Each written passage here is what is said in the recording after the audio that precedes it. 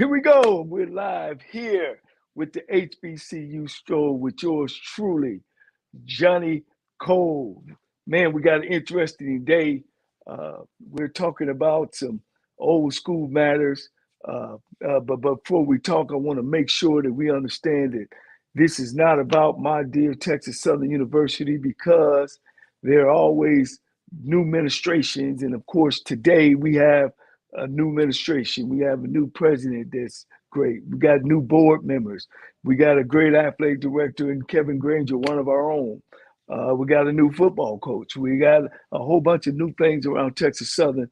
So we want to just talk about some real stuff, some controversial, but about what happened to our 2010 TSU SWAC champions. And this time around, not only do I get to tell my side, I also have an assistant coach. Daryl Williams at the time was the assistant head coach. He's been a head coach himself at Livingstone College. I got Joe Anderson coming on, former NFL player for the Chicago Bears. He was the wide receiver wearing number 1. Also the quarterback, Arvell Nelson, who was an MVP in the Rennie Football League. These guys will be on, and just an opportunity just to chop it up and tell some real facts, because there are always two sides to a story, the right and the left, and the truth falls in the middle. So we want to come with the middle and, of course, our side. So with no other further ado, Mr. Daryl Williams, Coach Williams, and he's my man. So, but he's a truthful guy, and he likes to get things done. And again, the only quarterback, well, let me take that back. The second quarterback in the school's history to take Texas Southern University to a SWAC championship. Guys, how you doing? I'm doing well, Coach. I'm doing well. How you doing, Arvell? Good to see you. Good to hear from you. Yeah, man, I'm doing well as well, man. It's good to see you boys, man. Well, hey. It looks like you got some coaching gear on. Are you coaching now? Or yeah. Well, I'm coaching now. I'm playing and also coaching at the same time. So they was able to fly me out. I play on Fridays, come back. We'll play on Saturdays, come back Sunday, and be back coaching Monday. So yeah, I'm coaching at my high school that I graduated from. Well, you know, Arvell, I've won a lot of championships and coached a lot of great quarterbacks, and I can truly say you was the best athletic quarterback that I've ever coached. I've seen you throw 4 interceptions, then run a guy down at the 2-yard line, and then take the game over in the second half against Grambling. Yeah. You know, everybody, you know that last interception you threw where the guy runs to the 2. Yeah. And you walks out the field, and I'm red hot. You furious. You hot. And you said, Coach, I got it. And you took over the whole second half. You put the whole team on your back. Of course, we always have played great defense. You put the whole team on your back and that go. Coach Williams, can you speed us up where you are, where you been, real quick? Well, I left Texas Southern and spent the last 7-8 years at Livingstone College, and then had a chance to get my own team and put a lot of things together that I learned from L.C. Cole and yourself from Alabama State, Tennessee State, Lane College, a combination of putting all that stuff together, and Texas Southern, and get my own team. And it was a great experience. Now I'm just relaxing, doing a little training and teaching high school and enjoying life. Like I said, I had a chance to piggyback off what you said. Arvell's one of the hardest working quarterbacks that I've ever been associated with. Tell a quick story. I think we were playing Jackson State, and Arvell threw an interception, and you're getting ready to pull him out. You kept asking me, what do I think? And the backup quarterback was getting ready to run out there, and Arvell came up to you and says, what he's getting ready to do. And so by the time the play was getting ready to call, Arvell had ran out there. I said, Coach, just let him go back out there. He'll figure it out. But, like I said, we had a great experience. A lot of misunderstood stories that came out at 2010 championship. A lot of guys really don't know what happened. But we had a great bunch of kids, a great bunch of men. Like I said, I couldn't say much Didn't give us a whole lot of trouble. They bought into the system, and good things happening. And the majority of them are all successful now. I want to bring in my guy, Joe Anderson. Joe. They talk about transfers, and if you would have came out, you'd have been one of them LI guys. But you came to Texas Southern, man. You bought into the system. We just had to get you straight, personal wise. But man, the rest is history. You went on to chase your dream in the league. Now you own your own business, trucking business. Bring yourself where you are. Oh man, I'm doing well. First and foremost, man, how y'all doing? Bill, I see you all the time. Coach, what's going on, man? Coach Will, it's been a minute, man. It's good to see you. Good to see you too, Coach. I'm doing well, man. Right now, I own a few companies. Obviously the journey with football has to come to an end, whether you play 30 years or 6 years.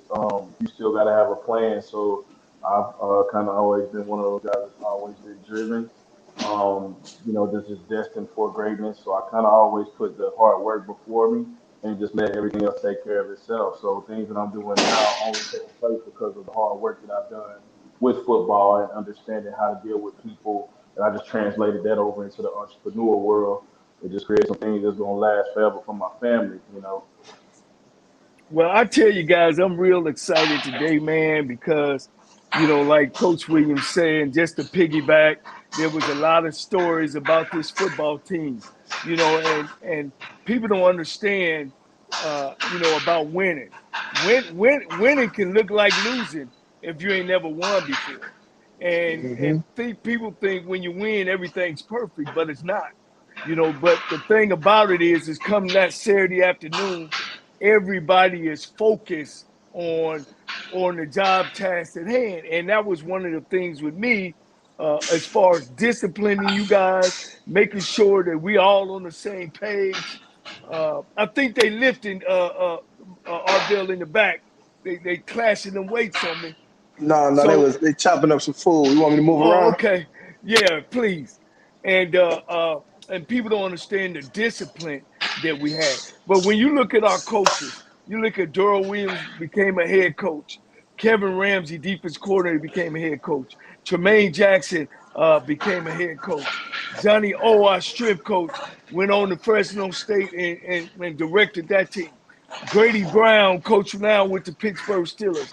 L.C. Cole on that staff. He went on and been a head coach at Stillman. Now he's the defense coordinator at Allen College. We had a great coach staff. Melvin Spears went on to be the head coach at Alcorn, offense coordinator at Alabama State. So we had great guys. That's why we won. We not only had great players, we had great people, and we had a great systematic way of we doing things. Tell me, Arvell was a transfer from Iowa. What made you Yeah. come to Texas Southern University at the time? Well, out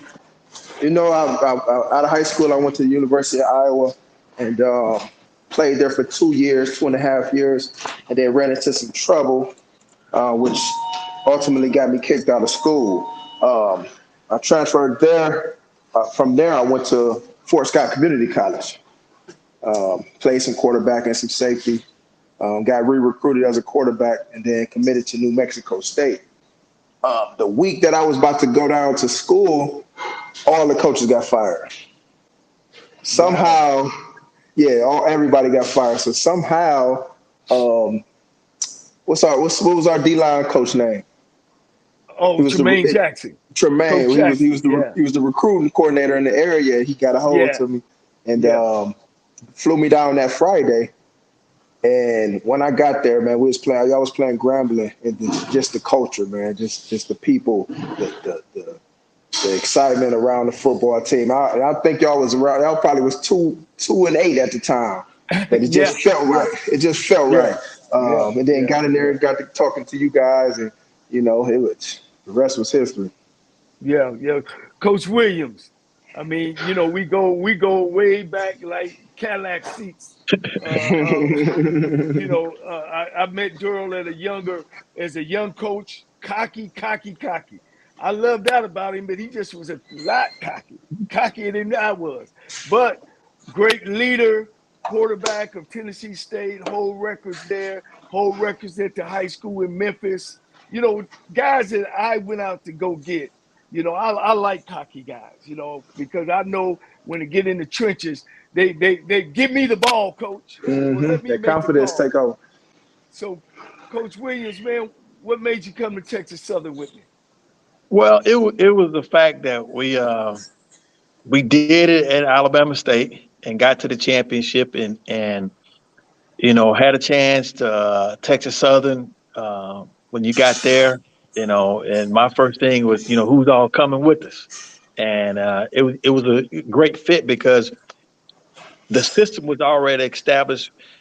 From the elder statesman of LC Code, and you came along and got the same type of system, same type of nurturing and guidance, and it just fell right in place. And that's what a lot of HBCUs don't understand today, or even predominantly PWIs. Well, you got to have a system in place. You can have a bunch of great athletes, but if you don't have a system and administration behind you, it's going to be very difficult to win.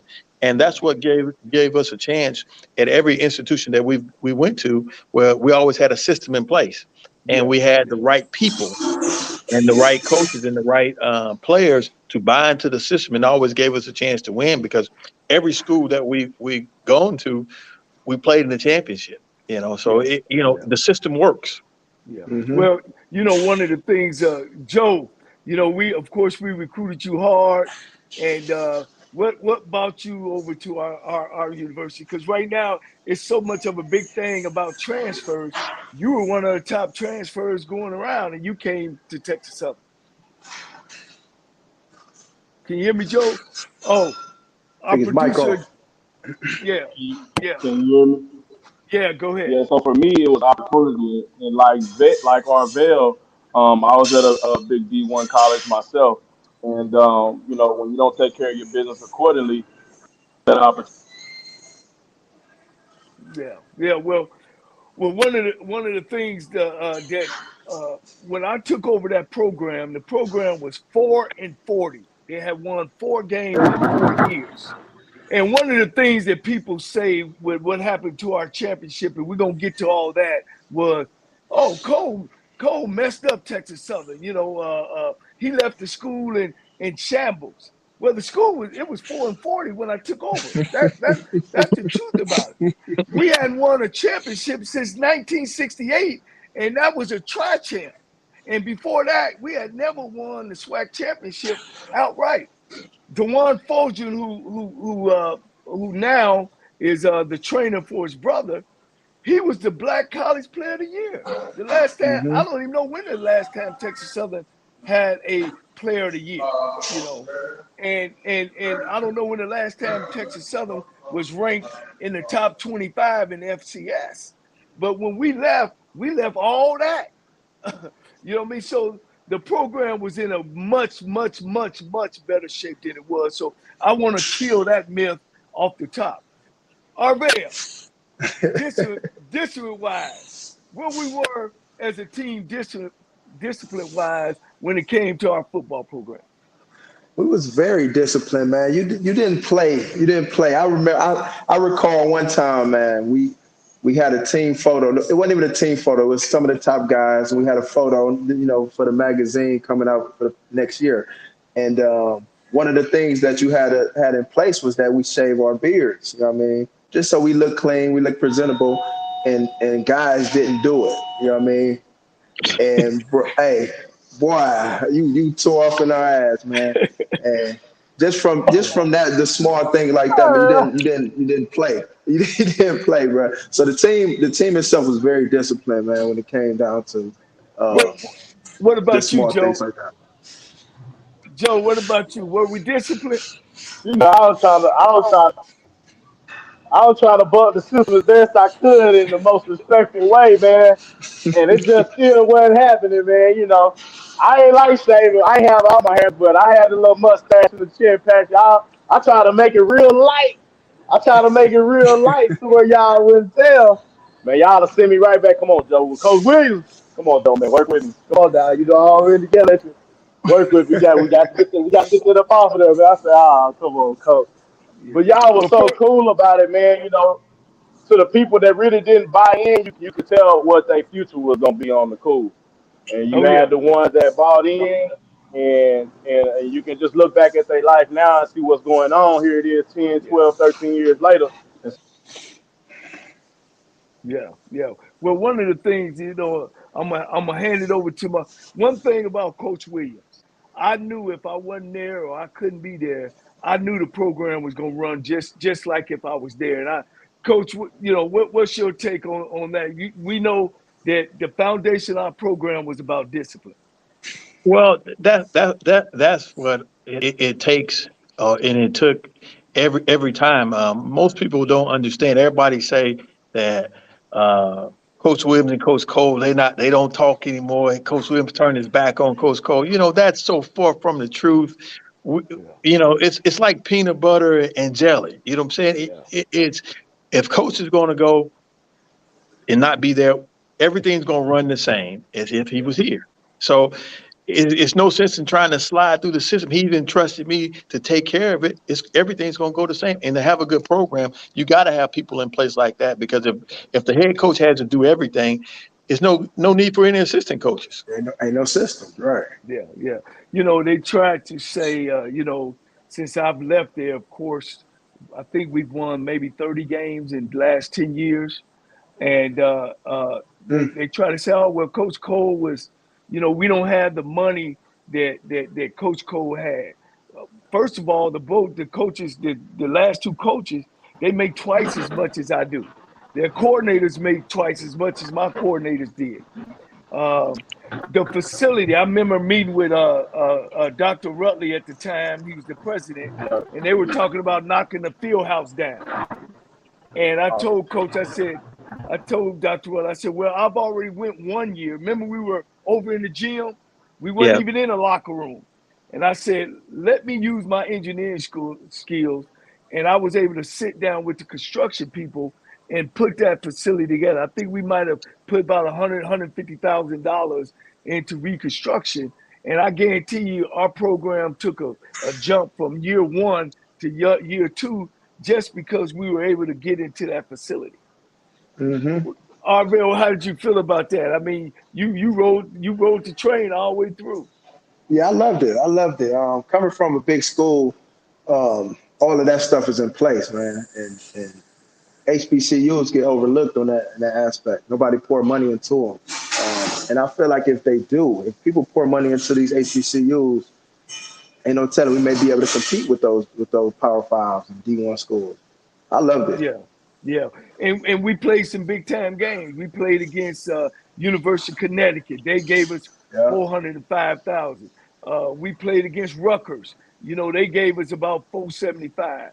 So I had a plan when I went in there, and sometimes when you got a plan, and Dura, we went to Tennessee State, won.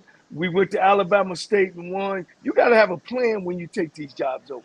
And not just the plan of the X's and O part, but the plans of a financial part, plans of a discipline, what you want your kids to look like and what you want to feel like. So I want to give my people that's watching and supporting things that I had to go through. I constantly was moving around and making things happen, and with the help of Durrell Williams, running a whole bunch of the financial part of it, he can kind of share that with you. We made deals with Western Hotel. We stayed in the best and we ate the best. Mm-hmm. Go Yeah. ahead, Coach Williams.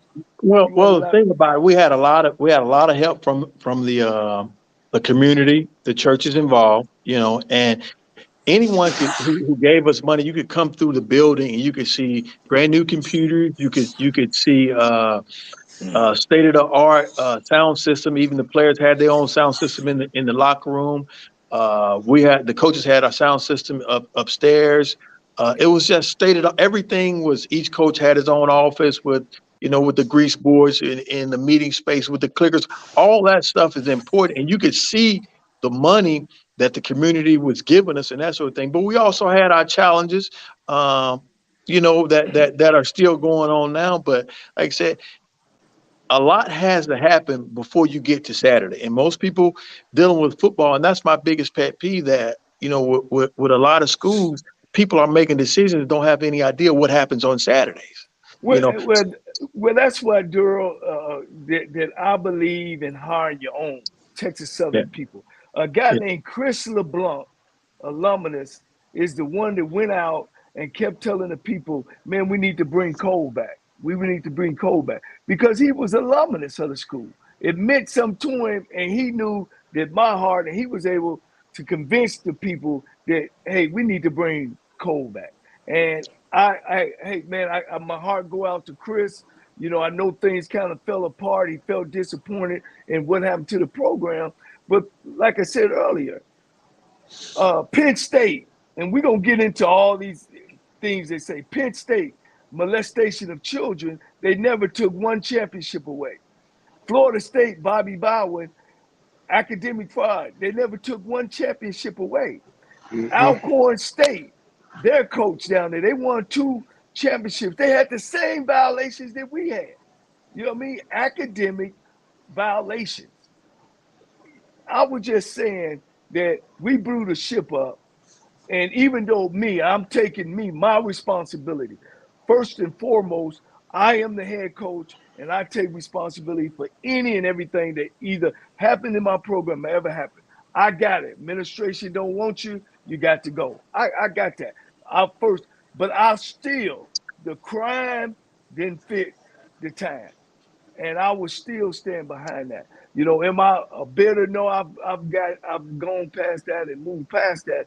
But here's why I'm talking about it today: because of a Durrell Williams, a young coach, because of a Arvell Nelson who played his heart. And when we start affecting the kids about decisions that we make, that's when it gets to me. And our championship was not taken away from the NCAA. Let's make sure we make that clear. It was given away from that former administration. I don't know why they see that or why they see it fit to do that, but it wasn't right. Arvell, what's your feeling about that? I agree because there was a lot of work put into that championship. A lot of 5 a.m.s, a lot of go from workout to class, full schedules. People don't know that I took 2 full-term summer school sessions in 2 years I was there. A lot of makeup hours, a lot of restless nights. You feel me? So, I mean, mandatory breakfast too. Mandatory breakfast, but it was like you said, the crime didn't fit the time. At the end of the day, we worked hard for that championship. I'm gonna let Durrell speak, but even when the NCAA came in, they weren't coming in for football. It was for something else that was going on in the program. Then all of a sudden, it rolled over to football. Durrell, what was your take on that? Well, like I said, you didn't have a lot of people that knew the ins and outs. They was looking for a fall guy. That's number one. Number two, when you talk about lack of institutional control, Johnnie Cole's name's not on the mannequin. It's Texas Southern. That's much bigger than him. So people have to understand when you say, okay, let's put all that aside. 90% of the coaches get a second chance. Let's just say that. When is LC Cole and Johnnie Cole going to ever get a second chance? America, we're a forgiving country. You know, people do wrong all the time and get a second. When are they going to get a second chance to somebody take a chance on them? Because you have a whole lot of coaches out there that have done a whole lot more and get second and third and fourth chances. And it's like, it's like nothing. And I said to myself, and I know we don't live in a fair society. I do understand that, but wow. And they say winning is important. Well, how important is it when you keep hiring these same old people? You keep hiring the same old people. And if you do the same old thing, you're going to get the same results. You're going to get the same results. Well, we ain't never lost anywhere. You know, we've always taken bad programs. Like when we went to Tennessee State, they had like 9 losing seasons. Then we go set a history record of being the first black school to ever win a PWI conference. And since then, they ain't won since in 20 years.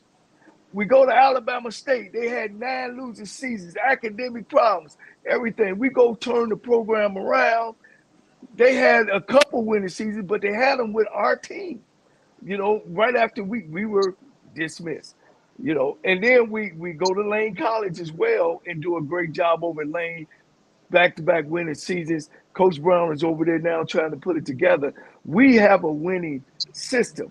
And that's why when they start saying at the time, and y'all can remember, oh, we're going to get the death penalty. We're going to get the death penalty.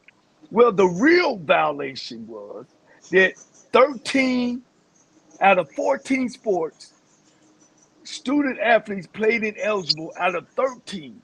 Not just football. It was out of 13 sports on campus. And remember how many compliance guys we had? Several. And what most people don't understand. We had one compliance guy for 375 athletes. What most people don't understand is the coach only plays who the compliance officer tell him who's eligible. The coach can't go across campus and check with teachers and get grades. So, and I'm not pointing the finger, but I'm saying, let's just call it what it is. Whoever the coach sends across, whoever the compliance guy sends it back across campus or email and say, Coach, this is your eligibility list. That's who the coach plays. And that's the reality of it. And the NCAA never charged me with playing an eligible player because I'm an academia myself. I got a master's teacher certificate. I'm an engineer by trade. And I'm a student of the game, and I just don't feel that. Arvell, as a player, how I feel about going to class. Go ahead, Arvell. Yeah, but and that alludes to what I said earlier. I took 2 full-term summer sessions. I'm from Cleveland, Ohio. I was down in Houston. I didn't go home for the summer. You know what I mean? Because academics was that important. Your biggest goal for us was to graduate athletes. You try to get 100% graduation rate. So for that to be overlooked is you know what I mean? It should be a crime. Now, one of the violations was some of our players took a test. And I knew the test that they took, it was a CLEP test, credit by examination. It's legal in the NCAA book. But what we didn't know, and which I probably should have known, and I was out of town at the time, was that the instructor who did it didn't have the right to do it. But she got okay from the professors because they were gone in the summer. So she was an overzealous professor just trying to help the football program out. And so that test became done and void at the end 2 years later because I don't know. But go ahead, Durham. It was more than football players who took that test. Yes.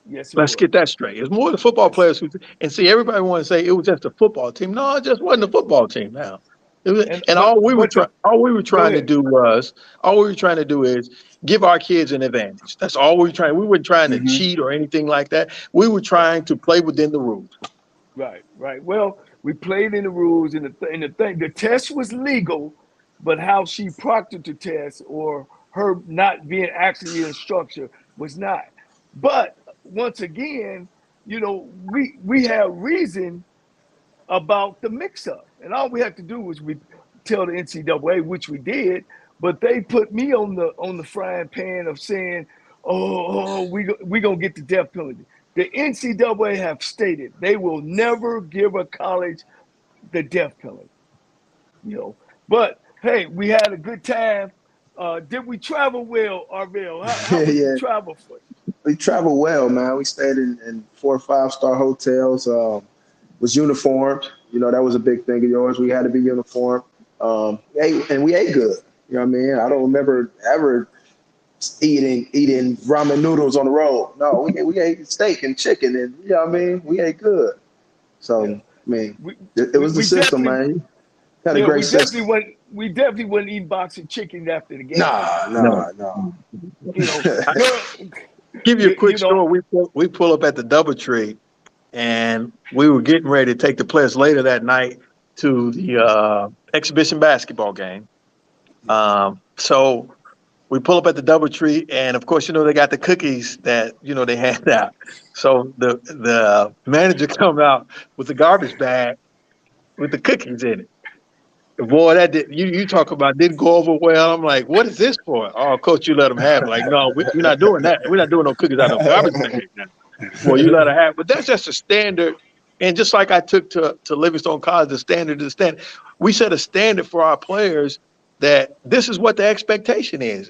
And once you set a standard and everybody buy in, it makes it that much easier. That's why even when I went to Livingstone, we struggled, and the best we were was 7-3, but took a team that hadn't been very good for at least 20 years Yes. and got them up Yes. to subpar and got them above 500 one year, but with a system and a standard.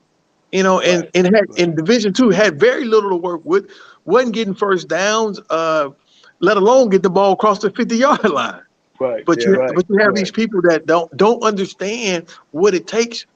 A lot has to happen for a football team to be ready to go on Saturday afternoon. Way before Right. Saturday is just a byproduct of what happens. You need the Right. academic piece, you need the discipline piece, you need Right. administration going the right direction, you need the cafeteria, Mm-hmm.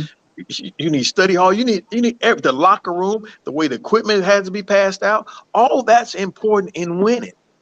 Right. Right. Y'all reassuring me that I'm on the right path with this coaching that I'm doing, because these kids will make you think, hey man, are you being too hard, or are you holding them to an expectation that they can't reach? But no, I mean, the standard is the standard.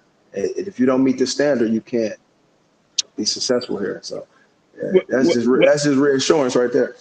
well, I ain't gonna say no names, but we had a quarterback that came in, and he fought us on our rules and regulations. If we came out in gray t-shirts, he'll wear black. If we say no towels, he'll have a towel to his ankle.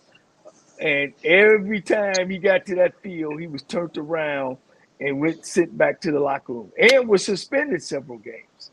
Mm. So we as a staff and as a team, because I went off of what you guys said and what players that you guys like as well, and that helped our recruiting out. Yep. Daryl, what's some story that you could tell, another story that you could tell about how we went about our business at Texas Southern University Well, football? the best one I tell everybody about Joe Warren, about guys standing their ground, and players had got in trouble, and Joe was adamant that it wasn't him. And so, of course, you told Joe he had to go. So Joe would come out there every day and stand at the goal line and say, "Coach, it wasn't me," until you finally gave in and said, "Joe, come on back." You know what I'm saying? Joe was adamant that it wasn't him. And, he turned out to be a good player. But if you just look at it, it's countless stories. That team went from not having a whole lot of bad apples to coming back on the championship, letting them guys out on Bourbon Street for an hour to go have Mm-hmm. dinner, and not one of them got in trouble. Not one of them came back late. You know what I'm saying? How many teams you can do that with? How did you feel, Arvell? One of my things about traveling was to make sure that you had some type of history lesson, some Yeah. type of learning. When we Uh-huh. went to Montgomery, we went to Rosa Park. When we played in the championship, we spent time where the church got blew up at. When we played Arkansas State, we went to the Martin Luther King Lorraine Hotel. And of course, when we drove through New Orleans, I would let you guys out on Bourbon Street. Well, some people look at it as it was a detriment. Oh, Cole is that's not right. The kids is gonna get in trouble. But that's the faith that I had in you and in my coaching staff. How did you feel about those opportunities? Those are memories that you'll never forget. I was just telling somebody about that the other day, because my guy had his bachelor party in New Orleans, and we went down to New Orleans, and I said, man, I remember being on the road traveling back from a game, and we went on out here and had a good time, man. But yeah, I still remember.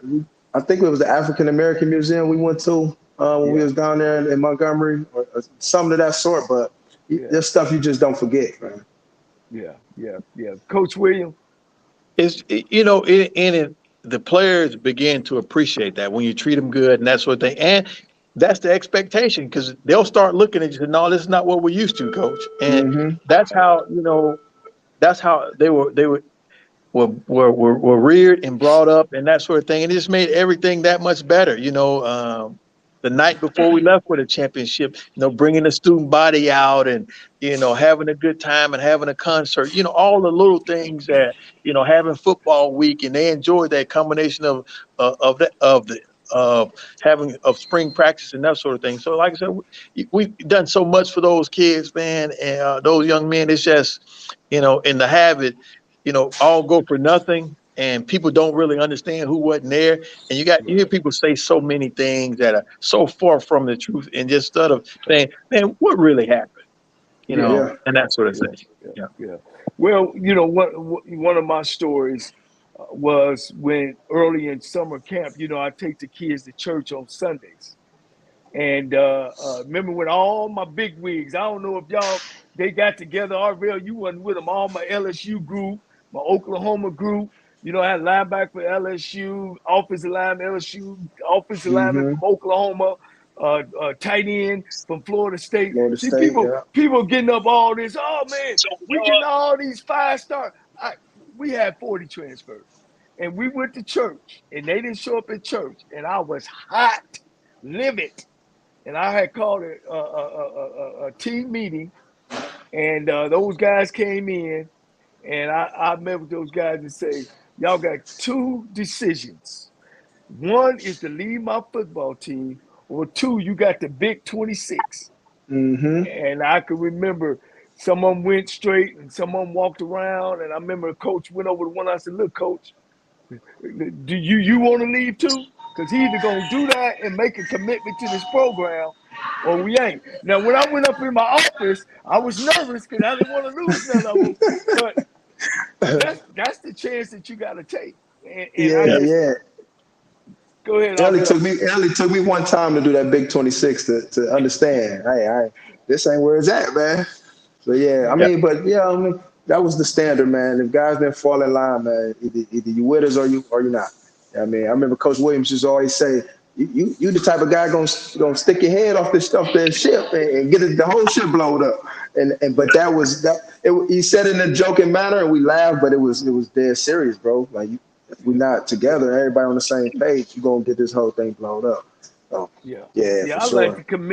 I like to commend you, RVL. From day one, you took a big bite of the apple, man, and you sold yourself to the program, and you rode us to the championship game, man. And I tell you, man, you had me hot most of the time, but I never lost faith in you. I can remember that Jackson State game. We started off slow, and the crowd was on us, man. It was like an alumni game or so. They was on it. They was on both of us. And I'm looking, and they pointing, and both of y'all gonna be out of here. But look, man, we had you beat Jackson State every year you were there, and we never done that before. You've set so many records as a quarterback in Texas Southern. Maybe the numbers wasn't all there, but all the winning, the championships, the beating Grambling, the beating Southern University, all in the same year, you was that guy. You were that guy. Yeah. Yeah.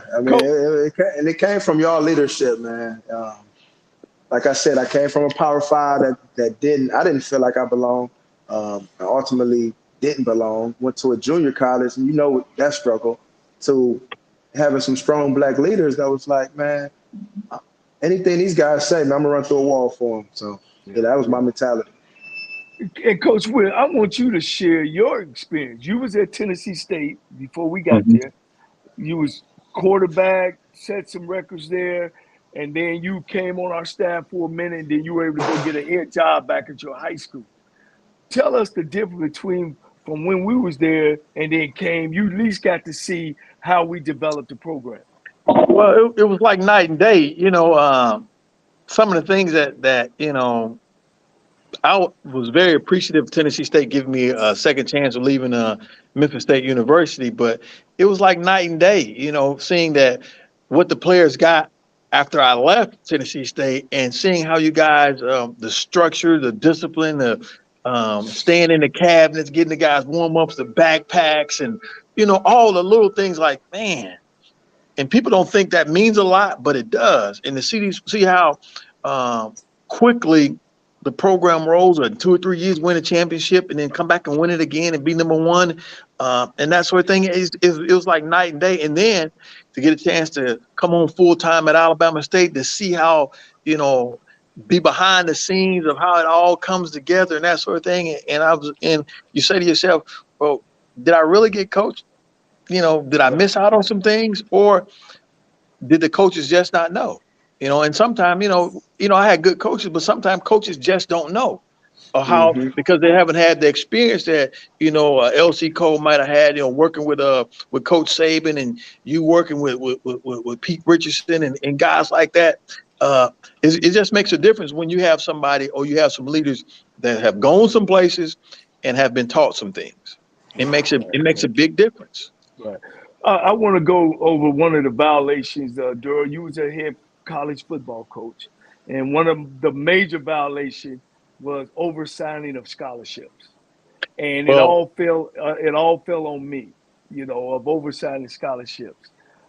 Uh, Go through how the head coach only recommends the scholarship. This is who we want. Then the yeah. paperwork goes. Take it from there. All right. Well, head coach. Well, of course, the coaches go out and get the players, and the head coach recommends the scholarship. Of course, he has a scholarship budget. He sends it across campus. And All can right. I Once they stop send, you right there? I yes, never went over the equivalency. What is the equivalency? On my level, you get 63 full scholarships. Let's say those 63 full scholarships cost $1 million. That's your equivalency. You can't go over that $1 million. You got to fit them 63 to 85 in that million. But go ahead, coach. exactly. I want to All right. understand that. Once you send it across campus, and even at Texas Southern, I was the one taking it across campus. All right. And you take it over to the financial aid director. The financial aid director signs it. Then the athletic director signs it. Then bring it back. Then the head coach eventually probably is the last one to sign it. Or sometimes the head coach signs it first. But let's say that even when I was at Livingstone College, I would go on record saying 85 to 90% of coaches send out more scholarships than people are going to sign, because the law average says people are not going to sign them. And people Mm-hmm. don't understand that it binds the school, but it doesn't bind the player. All right. So you got to send out a lot of times more than what you have or what you need, because if you don't, you're going to be caught out there extremely bad. In our case, we always had more than enough money. We never oversigned players. We always came back. You always came back and gave guys money for good grades and that sort of thing. So Right. it was never a question that we went over, and it touched two other people's hands. It touched the financial aid director's hands. If it was over budget oversight, he or she should have caught it, and two, the compliance officer should have caught it. Right, right. If And the it athletic director, was the athletic director having scholarship meetings? Like, where are we at in scholarships? That's no, all I asked. no, Coach, you no, can't sign no more. I never was exactly. given that opportunity.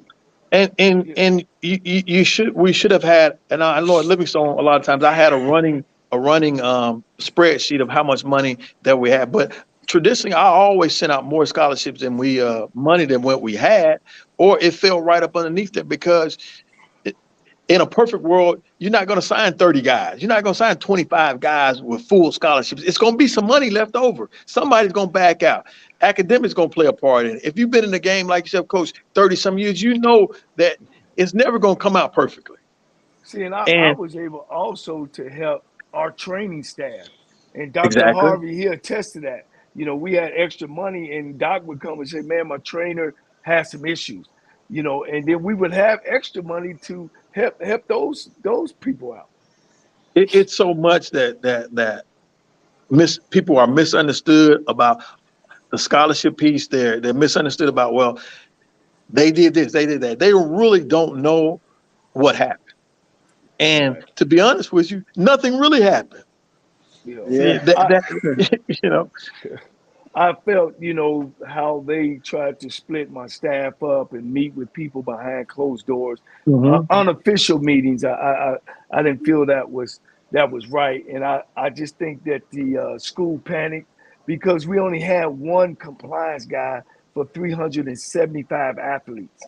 Yeah, Things was going wrong through, and then Texas Southern not only was that, they were making mistakes from 1996. We yeah. never met compliance from 1996 to 2010 before I got there. And the real issue came for the staff in 1989, I mean 1998 and 99 when they were playing ineligible players. But I've never knowingly put a kid on the football field that wasn't not on my eligibility sheet. So, Yep. that was the thing about that year. Again, I take all the blame. I am the head football coach. Texas Southern is my university. I still love it. This conversation in this section of the HBCU Stroll is not to down Texas Southern, but it's about the administration. It's about the personnel.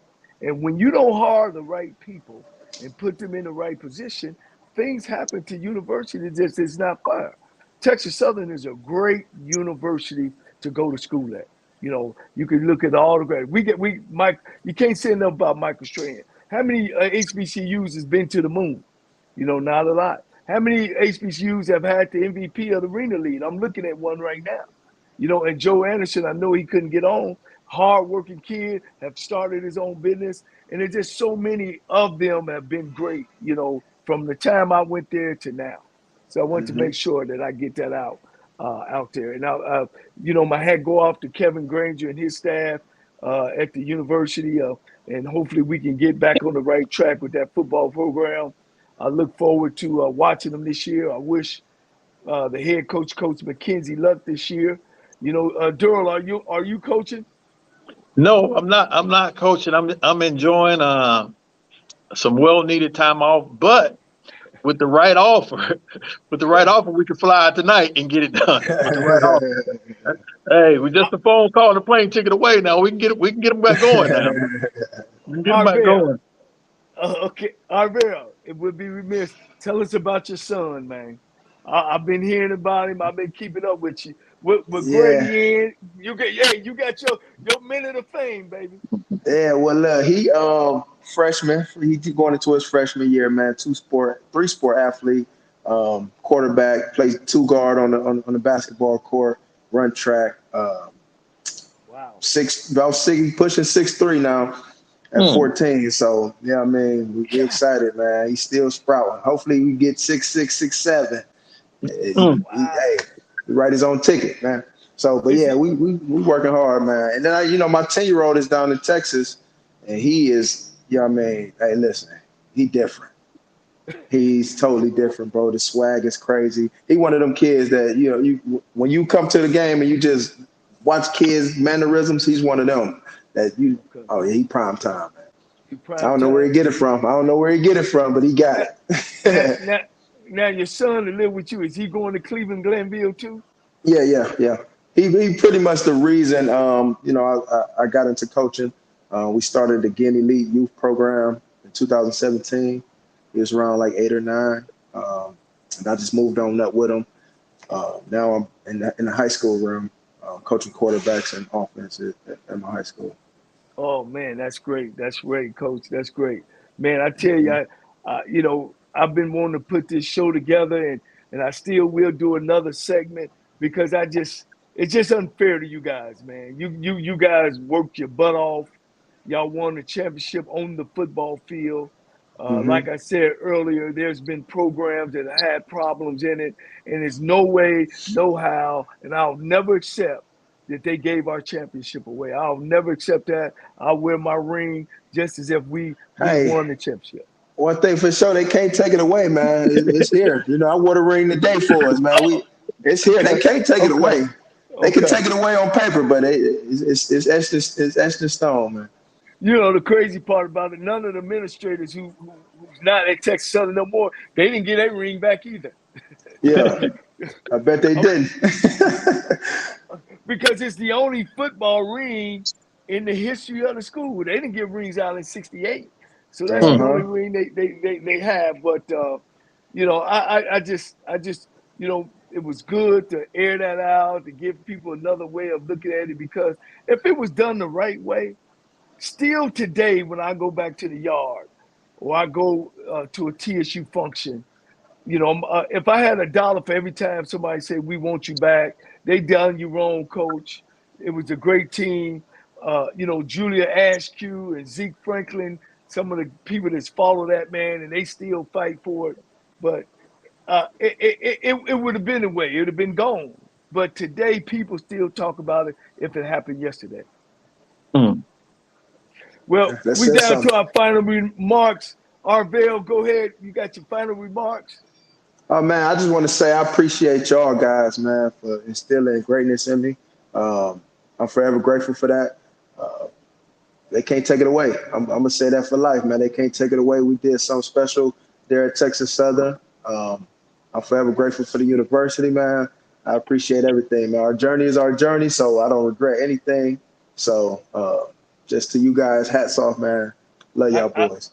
I need you to come on back for homecoming now. For sure, man. So, We tried to set it up for the COVID year, and then COVID hit and everything got out of whack. But and I want to start a group, a 2010 championship group. We do it with the Tennessee State team that we won a championship, and we got a little group deal that we talk every week, keep everybody abreast. Coach Williams, your last remarks? Coach, I can't say enough. Let's kill the myth first that Williams turned his back on Cole. That's far from the truth. And, thanks to, Big Brother LC and yourself, Coach, and for all the great people at Texas Southern, if you could find in your heart to give us one more shot, I think we'll make you proud if you find in your heart to give us one more chance. That's Wait, about the best I can say. you're looking at the assistant head coach and quarterback coach. Oh, man, that'll be good there. I can wear our veil out now. Let's get them going, Coach. One of the great things, man, all of you guys graduated from school, and that was the biggest thing that Yeah. people don't talk about. And you guys was the first football team to meet the standard of the APR. From when they started it in 1983, you guys was the first team to meet the APR in the history of the school, and that's about grades. So hmm not only did we win championships, we graduated. You guys became men. I love that, and I love to see you. We'll chop it up again, maybe on homecoming week. Get the boys again, get back on the show, and tell some stories. We'll go from that. I love Texas Appreciate it. Southern University. Love you, Durham Williams. Love you, RVL Mills, Joe Anderson. Thank you very much. Appreciate it, All right, Coach. man. Love you, man. All right. You heard some of the stories about what happened in the 2010 controversial way of things happened. This wasn't a bash on my dear university because my dear university, the walls and the buildings don't say anything. It's about the personnel. And today we got an all new uh, president, uh, athletic director, board members there trying to move the university forward.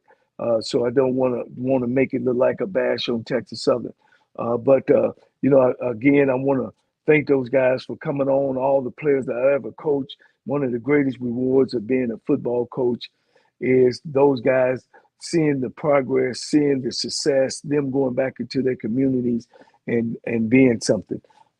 Coaching is still much in my belly. I still have the fire in my belly, but you must move on. Great leaders find a way to make it happen, and I've always felt that I was a good leader because I was a good follower. Coming behind 8 brothers who done things the right way, it always is a hard thing to do because the expectation level. So if you're having a hard time and you feel yourself at the end of the rope, tie a knot and hold on tight because ain't nobody bad like you. See you next Monday with the HBCU Stroll with the coach, Johnnie Cole. It's Sybil Wilkes with what you need to know. Today is Monday, August 8th, 2022. Number 1. The sprawling $740 billion spending bill that promises to lower healthcare costs, tackle climate change, and lower the federal deficit finally passed in the U.S. Senate Sunday afternoon. During the long Senate session, Vice President Kamala Harris cast a second tie-breaking vote to pass the Inflation Reduction Act. The amended bill now returns to the House for approval before it moves on to President Biden's desk for his signature. Number 2, late Friday night, the Indiana state legislature passed a near-total ban on abortion. Despite weeks of protest, the Hoosier state became the first state post-Supreme Court overturn of the Roe decision to enact severe abortion laws. The new law, which goes into effect September 15th, allows abortions only before 10 weeks of pregnancy in cases of rape or incest and to protect the mother or the fetus if there is a lethal anomaly. Number 3, ending his most recent COVID-19 isolation, President Joe Biden left the White House for the first time Sunday since becoming infected with the coronavirus last month. The president tested negative Saturday and Sunday, according to his doctor, clearing the way for him to emerge from isolation that lasted far longer than expected because of a rebound case of the virus. Mr. Biden originally tested positive on July 21st, and he began taking the antiviral medication Paxlovid, which is intended to decrease the likelihood of serious illness from the virus. Number 4, a federal lawsuit was filed August 3rd claiming a police officer in Massachusetts violated the civil rights of a black man, Donovan Johnson, who was returning home from work. According to the lawsuit, the officer Stephen Conroy had no reason to believe Johnson was a person of interest in the crime he was investigating or any other, since the suspect officers were looking for was a white man. Conroy aggressively arrested Johnson and had his knee in Mr. Johnson's neck to the point where Donovan Johnson yelled out, "I can't breathe." Donovan Johnson was eventually released without being charged.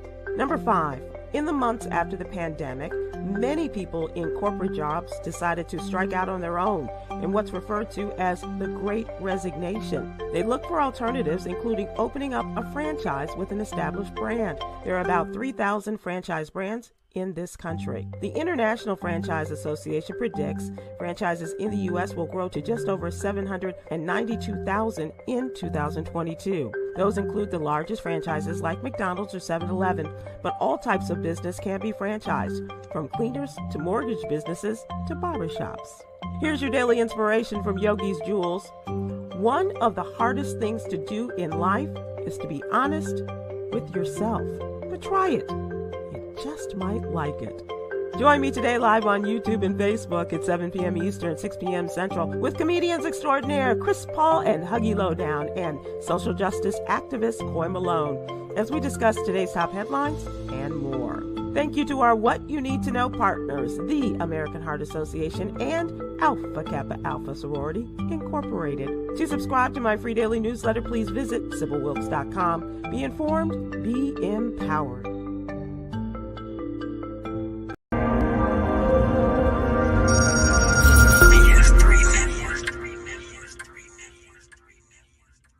BS3 Network, changing the way you watch TV.